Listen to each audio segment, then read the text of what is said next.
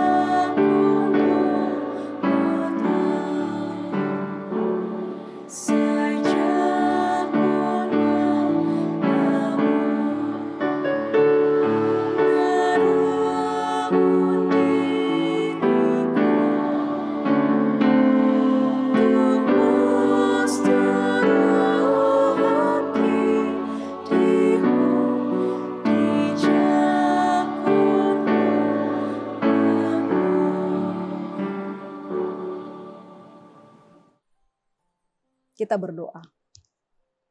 Tuhan Allah Bapa kami di surga, terima kasih Tuhan untuk napas kehidupan, kekuatan yang baru dan kesehatan yang kami terima dari Tuhan.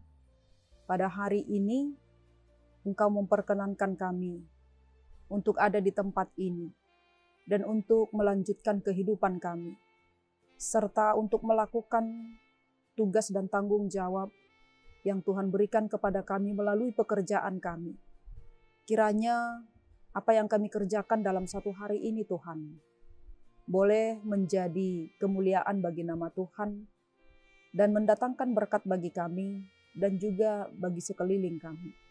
Maka melalui firman-Mu ini Tuhan, kami yakin dan percaya apapun yang kami kerjakan, semuanya itu akan kami lakukan sesuai dengan kehendak Tuhan.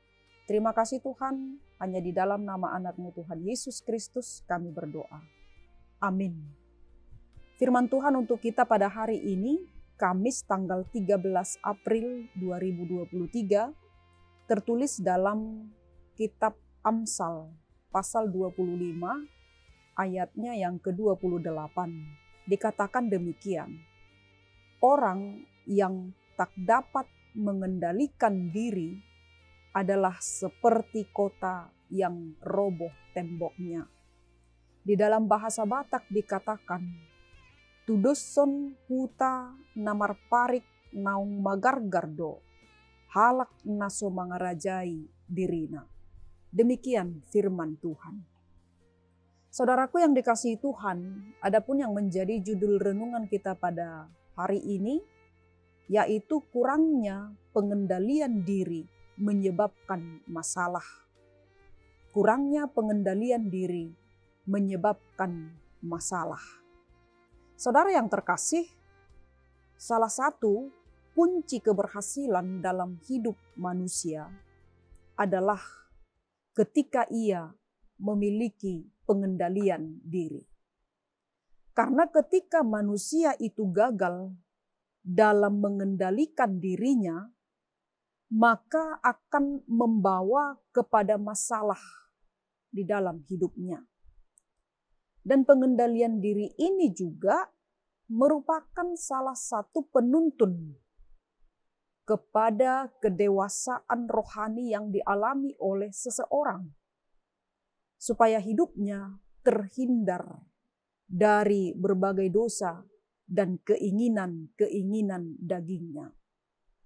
Kita juga bisa menyaksikan baik melalui kabar berita atau media elektronik lainnya bahwa ada banyak orang yang terkenal, tokoh masyarakat, bahkan juga pelayan-pelayan Tuhan yang mengalami masalah dalam pengendalian dirinya, yang akhirnya berdampak dalam kehidupan pribadi serta pekerjaan yang sedang dijalaninya. Ada juga banyak keluarga yang berakhir dengan perkara-perkara yang menyedihkan karena pribadi-pribadi yang di dalamnya kurang pengendalian diri. Dan ada juga orang yang hebat, tetapi karena satu kesilapan, yaitu karena tidak dapat mengendalikan dirinya, atau kita katakan pengendalian diri yang tidak bisa dia kendalikan itu adalah mengambil dan memakai narkoba, berzinah, mencuri, membunuh, dan merampas hak-hak orang lain. Dan masih banyak lagi. Sehingga mereka berakhir di dalam jeruji penjara. Seandainya mereka memiliki pengendalian diri yang baik, maka kemungkinan besar hidup mereka akan menjadi lebih baik. Saudaraku yang dikasihi oleh Kristus, kalau kita melihat sekarang ini, kita hidup dalam zaman yang bergerak ke arah anti norma. Zaman di mana kebebasan didengung-dengungkan. Sebaliknya penguasaan diri dianggap suatu kerugian, kebodohan, bahkan kelemahan. Kebebasan bersuara, kebebasan melakukan apa yang dimau, gaya hidup konsumtif menjadi kecenderungan semangat zaman ini. Sebagai contoh kita lihat tantangan dunia sosmed ini, di mana dengan mudah dan bebasnya orang mengemukakan pendapat, menumpahkan kekesalan, kejengkelan, kebencian, bahkan menyerang orang lain melalui sosmed. Hal ini mengingatkan kita bahwa tema penguasaan diri tetap menjadi tema yang relevan, bahkan sangat penting. Itulah kalau kita lihat keunikan dari kitab Amsal adalah tidak mengajarkan secara langsung bagaimana cara mengambil keputusan yang benar, namun bagaimana menjadi orang yang mampu membuat keputusan yang benar. Orang yang gagal mengendalikan diri, emosi, pikiran, dan perbuatannya terhadap roh kemarahan, kebencian, dan berkeinginan untuk menciderai orang lain, dikatakan dalam firman Tuhan hari ini diibaratkan sebuah kota yang roboh temboknya, sehingga serangan dari berbagai arah pun akan mudah melukai, bahkan menghancurkan hidupnya. Sebaliknya orang yang dapat mengendalikan dirinya dikatakan seperti orang atau seperti kota yang dikelilingi dengan tembok yang kokoh yang tidak dapat ditembus apapun.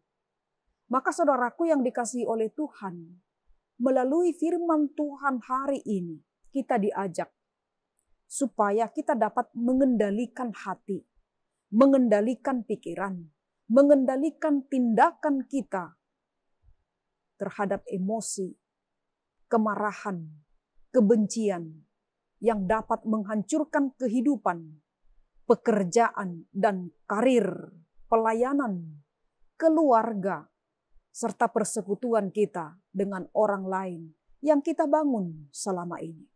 Ketika kita mampu mengendalikan diri, maka kita akan dituntun bertumbuh semakin dewasa di dalam Kristus dan dapat menampilkan karakter seperti Kristus. Dan pengendalian diri ini adalah salah satu dari buah-buah roh. Maka supaya kita hidup di dalam pengendalian diri, dibutuhkan kemauan, tekad, semangat, dan kerja keras. Dan kita juga memerlukan Tuhan, pertolongannya, bimbingannya, melalui firman-Nya, untuk menguasai seluruh kehidupan kita, seluruh hati, pikiran, emosi, dan perasaan kita. Maka sekali lagi saudaraku yang dikasihi Tuhan, mari kita tetap mengendalikan diri kita terhadap segala sesuatu. Karena kurangnya pengendalian diri akan mendatangkan masalah di dalam kehidupan kita. Amin, kita berdoa.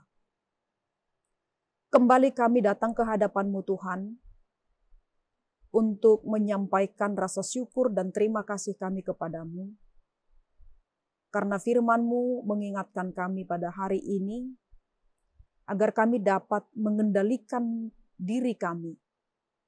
Dan kami mau dikuasai oleh firman Tuhan, supaya emosi, perasaan, pikiran kami boleh dikendalikan oleh Tuhan. Dan kami selalu memandang, mengingat akan firman Tuhan, supaya kehidupan kami ini Tuhan boleh terhindar dari berbagai banyak masalah. Dan ketika kami menghadapi persoalan masalah, kiranya Tuhan juga memberikan kami kekuatan, menopang kami, agar kami tidak jatuh kepada keinginan-keinginan daging kami yang dapat melukai hati Tuhan. Dan juga kami mau menyerahkan seluruh kehidupan kami ini, biarlah Tuhan yang bekerja dan menjadikan segala sesuatunya bagi kami, untuk kami pakai di dalam kehidupan kami ini. Dan Tuhan juga memberkati saudara-saudara kami yang mendengarkan firman Tuhan ini dalam setiap aktivitasnya, dalam setiap kehidupannya, dalam setiap apapun yang mereka kerjakan dalam satu hari ini. Kiranya apa yang kami kerjakan berkenan di hadapan Tuhan. Berikan kami kekuatan dan kesehatan Tuhan, sehingga kami boleh mengakhiri pekerjaan kami dalam satu hari ini, tetap bersandar kepada firman Tuhan. Terima kasih Tuhan, hanya di dalam nama anak-Mu Tuhan Yesus Kristus, terimalah doa kami ini. Anugerah dari Tuhan kita Yesus Kristus, kasih setia dari Allah Bapa, serta persekutuan dari Roh Kudus, kiranya menyertai kita hari ini sampai selama-lamanya. Amin. Saudaraku yang dikasihi oleh Tuhan, kami mengucapkan selamat beraktivitas bagi kita semuanya. Shalom.